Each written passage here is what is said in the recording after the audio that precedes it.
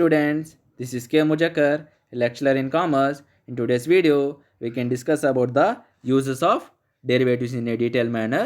Before going to discuss this video, till now who have not yet subscribed my channel, please subscribe my channel in order to get more updates and also share to your friends. Due to sharing, your friends may also get benefited. Okay, observe here uses of derivatives.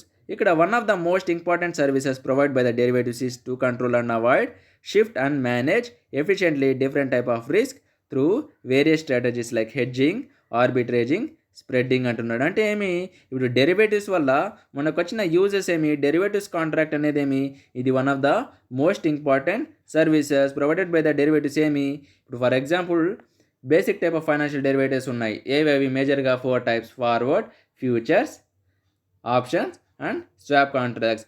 అక్కడ market participant ఎవరైతే trade చేస్తున్నాడు ఆ యొక్క derivatives మార్కెట్లో, వాడు ఏం చేసుకోవచ్చు, వాడికి వచ్చినట్టు వాడికి కరెన్సీ ఫ్లక్చుయేషన్స్ లేకపోతే ఫారిన్ ఎక్స్చేంజ్ ఎక్స్పోజర్ ఏర్పడినట్టయితే వాడు ఏం చేసుకోవచ్చు, ఆ యొక్క టెక్నిక్ యూస్ చేసుకుని ఏం చేసుకోవచ్చు, ఆ రిస్క్ని అవాయిడ్ చేసుకోవచ్చు. అందుకని డెరివేటివ్స్ వల్ల ఏమి ఉంటుంది, డెరివేటివ్స్ కాంట్రాక్ట్ వల్ల ఏం యూజ్ అంటే వాడు కంట్రోల్ చేసుకోవచ్చు, రిస్క్ని అవాయిడ్ చేసుకోవచ్చు, రిస్క్ని షిఫ్ట్ చేసుకోవచ్చు, రిస్క్ని ఈజీగా ఎఫిషియెంట్గా మేనేజ్ చేసుకోవచ్చు. అది ఏ టైప్ ఆఫ్ రిస్క్ అయినా సరే, వాడు ఫారిన్ ఎక్స్చేంజ్ రిస్క్ అయినా సరే, నార్మల్ రిస్క్ అయినా సరే, అబ్నార్మల్ రిస్క్ అయినా సరే, ఎక్స్ట్రాడినరీ రిస్క్ అయినా సరే, ఏ టైప్ ఆఫ్ రిస్క్ అయినా సరే వాడు ఏం చేసుకోవచ్చు, సులువుగా అవాయిడ్ చేసుకోవచ్చు, కంట్రోల్ చేసుకోవచ్చు, షిఫ్ట్ చేసుకోవచ్చు.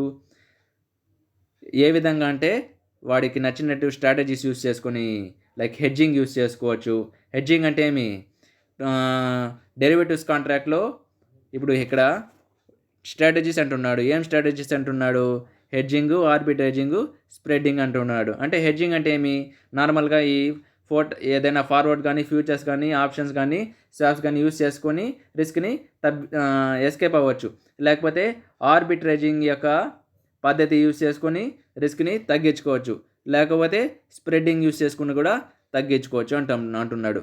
Derivatives assist the holders to shift R modify the suitably the risk characteristics of దిర్ portfolios. అంటే ఏమిటంటే డెరివేటివ్స్ వల్ల ఏం లాభం అంటే వాడి యొక్క రిస్క్ని వాడు షిఫ్ట్ చేసుకోవచ్చు, లేకపోతే మాడిఫై చేసుకోవచ్చు. These are the specially useful in high volatile financial market. అంటే డెరివేటివ్స్ కాంట్రాక్టు ఎక్కడ మేజర్గా యూస్ అవుతాయంటే ఇలాంటిది ఎక్కడైతే టెంపరీ ఫైనాన్షియల్, అంటే ఎక్కడైతే టెంపరీ ఉంటుందో, అంటే ఆ యొక్క స్టాక్ మార్కెట్లో మనకు తెలిసిందే వాలటైల్ మార్కెట్ అని, అక్కడ ఎక్కడైతే ఎక్కువ ఫ్లక్చువేషన్స్ వస్తూ ఉంటాయో ఆ యొక్క ఫైనాన్షియల్ మార్కెట్ కండిషన్స్లో, అలాంటి సిచ్యువేషన్స్లో డెరివేటివ్స్ కాంట్రాక్ట్ అనేది చాలా ప్రధాన పాత్ర అనేది పోషిస్తుంది అంటున్నాడు. లైక్ ఎరాటిక్ ట్రేడింగ్ అంటే high effect of trading, high flexible interest rates and volatile exchange rate ఉండేటప్పుడు ఏమవుతుందంటే ఇలాంటి డెరివేటివ్స్ అనేది యూస్ అవుతుంది. అంటే హై ఫ్లెక్సిబుల్ ఇంట్రెస్ట్ రేట్స్ అంటే ఇప్పుడు ఫిక్స్డ్ అంటే ఎప్పటికి ఏం బాధ లేదు. ఇప్పుడు నేను 70 రూపీస్ 3 మంత్స్ తర్వాత కూడా 70 పే చేస్తానంటే ఏం ఇబ్బంది ఉండదు. ఫ్లెక్సిబుల్ ఇంట్రెస్ట్ రేట్స్ వస్తేనే కదా ఒకరికి లాభము, ఇంకొకరికి నష్టం. ఎందుకంటే మన స్టాక్ మార్కెట్స్ వాలటైల్ కాబట్టి ఎప్పుడు ఫిక్స్డ్ ఇంట్రెస్ట్ రేట్స్ రావడం అనేది జరగదు, ఎప్పుడు ఫ్లెక్సిబుల్గా ఉంటుంది. అప్పుడే కదా ఇబ్బంది వస్తుంది. అందుకని డెరివేటివ్స్ యూస్ చేసుకొని అలాంటి రిస్క్ని కూడా తగ్గించుకోవచ్చు అని చెప్తున్నాడు. నెక్స్ట్ ఏమంటున్నాడు, డెరివేటివ్ సర్వ్స్ అస్ ఏ బ్యారోమీటర్స్ అంటున్నాడు. అంటే బ్యారోమీటర్స్ లాగా కూడా వర్క్ అవుతుంది. ఆ యొక్క future trends in prices which results in discovery of new prices both on the spot and futures market అని చెప్తున్నాడు. నెక్స్ట్ ఇది ఏ విధంగా హెల్ప్ అవుతుందంటే disseminating different information regarding the futures market, trading of various commodities and securities to the society. తద్వారా వాడికి ఏమి enable చేసుకోవచ్చు అంటే డిస్కవర్ చేసుకోవచ్చు వాడికి నచ్చినట్టుగా సూటబుల్ కానీ ఆర్ కరెక్ట్ కానీ true equilibrium prices in the market. ఈ విధంగా చేసినట్టయితే ఏం రిజల్ట్ వస్తుందంటే వాడికి they can assist in appropriate and superior allocation of the resources in their society అంటున్నాడు. Next one, as we see that in derivatives trading no immediate full of amount transaction is required since most of them are based on the margin trading. ఇక్కడ ఏమిటంటే no immediate full amount of transactions is required. ఎందుకంటే ఇక్కడ దేనిపైన base అయి ఉంటుందంటే margin trading పైన base అయి ఉంటుంది అంటున్నాడు. As result large number of traders ఉన్నారనమాట ఇక్కడ డెరివేటివ్స్ మార్కెట్లో. ఎవరు వాళ్ళు, స్పెక్యులేటర్సు, ఆర్బిట్రేజర్స్. ఈ విధంగా హెడ్జెస్ వీళ్ళు ఏం చేసుకుంటా ఉంటారు, ఆ యొక్క ఫైనాన్షియల్ మార్కెట్స్లో డెరివేటివ్స్ మార్కెట్లో ఆపరేట్ చేస్తూ ఉంటారు. ఈ విధంగా వాడు ఏం చేసుకోవచ్చు, డెరివేటివ్స్ కాంట్రాక్ట్ యూస్ చేసుకొని వాడి యొక్క లిక్విడిటీని కూడా పెంచుకోవచ్చు. ఇంకా ఆటోమేటిక్గా ట్రాన్సాక్షన్స్ కాస్ట్ని కూడా ఏం చేసుకోవచ్చు, వాడు తగ్గించుకోవచ్చు in the market for underlying asset ఉంటాడు. ఇప్పుడు for example what is mean by futures contract అంటే ఇక్కడ మీకు ఫ్యూచర్స్ కాంట్రాక్ట్ తీసుకుంటే క్లారిటీగా అర్థమవుతుంది. ఇక్కడ ఫ్యూచర్స్ కాంట్రాక్ట్ ఏమి ఆటోమేటిక్గా స్టాక్ ఎక్స్చేంజెస్ ఇన్వాల్వ్మెంట్ అయి ఉంటుంది. ఆటోమేటిక్గా ఎవరైతే అక్కడ మార్కెట్ పార్టిసిపెంట్స్ ఇన్వాల్వ్ అయి ఉంటారో ఆటోమేటిక్గా ఎక్కడైతే స్టాక్ మార్కెట్స్లో సెబీ ఇన్వాల్వ్ అయి ఉంటుందో ఆటోమేటిక్గా ఏముంటుంది, వాడికి జనరల్గా ఎందుకు ఇప్పుడు ఫ్యూచర్స్ కాంట్రాక్ట్లో ఏ విధంగా ట్రాన్సాక్షన్ జరుగుతూ ఉంటుంది, డే టు డే ట్రాన్సాక్షన్ జరుగుతూ ఉంటాయి. ఒక పార్టీ కొన్ని parties number of parties purchase చేసుకుంటూ ఉంటాయి, నెంబర్ ఆఫ్ పార్టీస్ సేల్స్ చేసుకుంటూ ఉంటాయి. ఆటోమేటిక్ ఇది ఒక స్టాండర్డైజ్ కాంట్రాక్ట్ కాబట్టి ఆటోమేటిక్ ఏ విధంగా ఉంటుంది, అక్కడ there will be a more liquidity in the market when compare to the other markets. ఆటోమేటిక్గా డే టు డే ట్రాన్సాక్షన్ జరిగినప్పుడు స్టాండర్డైజ్ కాంట్రాక్ట్ ఉండేటప్పుడు ఆటోమేటిక్గా ఏముంటుంది, ట్రాన్సాక్షన్స్ కాస్ట్ కూడా ఏమవుతుంది, తగ్గుతుంది. దేనికి సంబంధించి ఆ యొక్క అండర్లయింగ్ అసెట్. కాకపోతే నేను ఏమంటానంటే ఓవరాల్గా ఫుల్ ఫ్లెడ్జ్డ్గా ఈ పాయింట్కి సంబంధించి డెరివేటివ్స్ కాంట్రాక్ట్ యూస్ చేసుకుంటారు ఆ యొక్క participants, like market participants like traders, speculators, hedgers. వీడు ఏం చేస్తాడు, అక్కడ ఆటోమేటిక్గా వాడికి ఉండడం వల్ల ఏమి లిక్విడిటీని కూడా ఎన్హాన్స్ చేసుకోవచ్చు, ట్రాన్సాక్షన్స్ కూడా తగ్గించుకోవచ్చు అని చెప్తున్నాడు. Next one, the derivatives assist the investors and traders and managers of large pools of funds to devise such strategies so that they can make proper allocation of asset allocation and increase their yields and achieve higher investment goals. అంటే వీడికి guide lines కూడా ఇస్తుంది అన్నమాట. అంటే వాడికి information కూడా ఇస్తుంది. ఎవరికి ఇస్తుంది, లేకపోతే డెరివేటివ్స్ ఏం అసిస్ట్ చేస్తుందంటే ఆ యొక్క గైడ్ లైన్స్ కానీ అసిస్టెన్స్ కానీ ఏదైనా అనుకోండి, డెరివేటివ్స్ ఏం అసిస్ట్ చేస్తుంది, ఆ యొక్క ఇన్వెస్టర్స్ కానీ ట్రేడర్స్ కానీ మేనేజర్స్ ఎవరైతే ఆ యొక్క లార్జ్ ఫండ్స్, ఇప్పుడు ఫర్ ఎగ్జాంపుల్ జనరల్గా మనకి స్టాక్ మార్కెట్స్లో కానీ ఆ యొక్క కంపెనీస్లో ఏ విధంగా డీల్ చేస్తుంటారు, నార్మల్ హండ్రెడ్స్ థౌజండ్స్ డీల్ చేస్తుంటారా, కొన్ని లక్షల కోట్లతో ఫండ్స్ డీల్ చేస్తుంటారు, అవునా కదా. అక్కడ అలాంటి సిచ్యువేషన్స్లో ఈ డెరివేటివ్స్ వాళ్ళకి అసిస్ట్ ఇస్తుందన్నమాట. ఆ యొక్క ట్రేడర్స్ కానీ మేనేజర్స్ కానీ ఎవరైతే కొన్ని లక్షల కోట్లతో ఫండ్స్తో బిజినెస్ చేస్తున్నారో వాళ్ళకి ఏం డివైస్ చేస్తుందంటే ఆ యొక్క స్ట్రాటజీస్ ద్వారా ఆ యొక్క స్ట్రాటజీస్ యూస్ చేసుకొని ఆ స్ట్రాటజీస్ హెల్ప్ ద్వారా వాళ్ళకి, ఇప్పుడు ఫర్ ఎగ్జాంపుల్ ఒక క్లారిటీ ఎగ్జాంపుల్ చెప్తాను. ఇక్కడ ఇన్వెస్టర్స్ ఉన్నారు ఒక డెరివేటివ్స్ మార్కెట్లో, వాడు ఇన్వెస్టర్స్ యూజ్ చేస్తుంటాడు. ఇప్పుడు ఇన్వెస్టర్ ఉన్నాడు, అక్కడ వాడికి ఒక 100 బిలియన్స్ యూఎస్ డాలర్స్తో ట్రేడ్ చేస్తున్నాడు.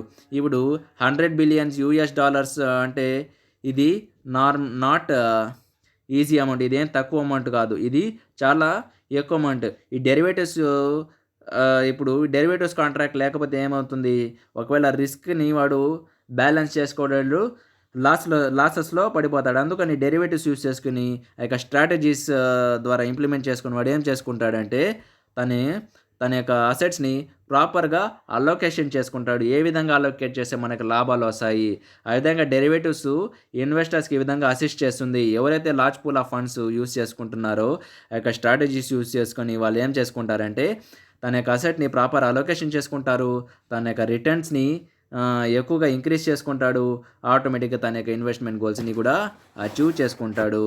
Next one, it has been observed that from the derivatives trading in the market that the derivatives have smooth and out price fluctuations అంటున్నాడు. ఏమి ఆటోమేటిక్గా డెరివేటివ్స్ ద్వారా ఏమి వాడి యొక్క ప్రైస్ ఫ్లక్చువేషన్స్ ద్వారా వాడు స్మూత్గా డీల్ చేసుకోవచ్చు, ఎటువంటి ఇబ్బంది లేకుండా. Like squeeze the price spread, integrated price structure and different points of time and remove gluts and shortages in the market. అంటే ఏమంటే ఇప్పుడు ఫర్ ఎగ్జాంపుల్ ఏదైనా అక్కడ ట్రేడింగ్ సంబంధించి ఏదైనా ప్రైస్ క్విజ్ ఏర్పడినట్టయితే, లేకపోతే ఆ యొక్క డిఫరెంట్ మార్కెట్స్లో ఏదైనా ప్రైస్ స్ట్రక్చర్ ఏమైనా ఇంటిగ్రేట్ అయినట్టయితే, ఏమైనా షార్టేజెస్ అయినట్టయితే డెరివేటివ్స్ ద్వారా రిస్క్ని తగ్గించుకోవచ్చు. నెక్స్ట్ వన్, డెరివేటివ్స్ ట్రేడింగ్ ఏం ఎంకరేజ్ చేస్తుందంటే కాంపిటేటివ్ స్పిరిట్ని కూడా ఇంక్రీజ్ చేస్తుంది అంటున్నాడు. చూడండి ఇక్కడ, the derivatives trading encourage competitive trading in the markets, different risk taking preference of the market operations like speculators, hedgers and traders and arbitrages etc. resulting in the volume of the country. ఆటోమేటిక్గా ఏమి ఈ యొక్క participants మధ్య ఏమి increase చేస్తుంది, competitive trading అనేది improve చేస్తుంది, competition increase చేస్తుంది.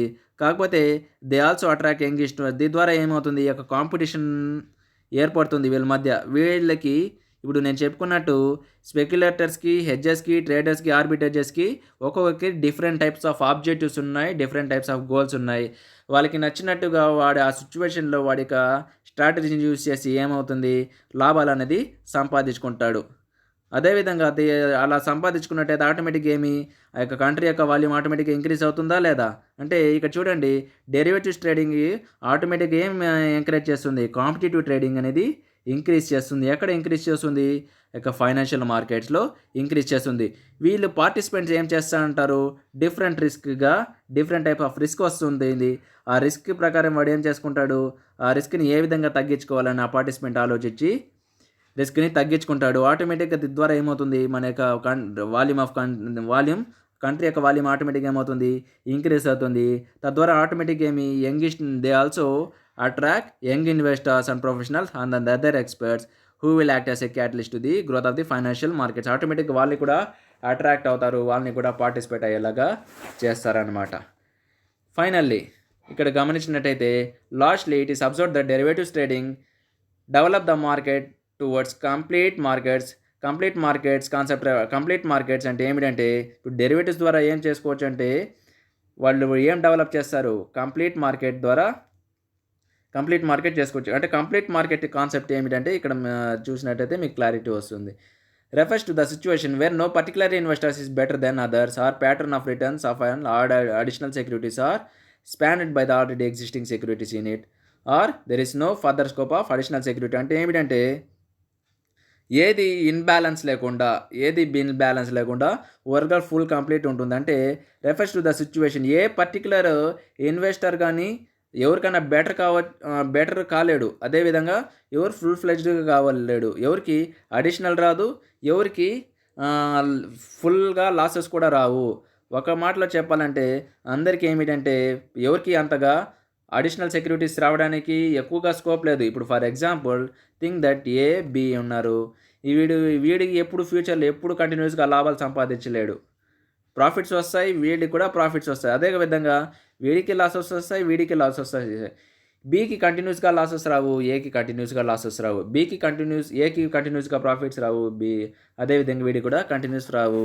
అది అంటే ఏమంటున్నాడంటే, అడిషనల్‌గా లేకుండా ఏమిటంటే అందరికీ బ్యాలెన్స్డ్‌గా ఉంటుంది. దాన్నే కంప్లీట్ సెక్యూరిటీస్ అంటాను. Thanks for watching.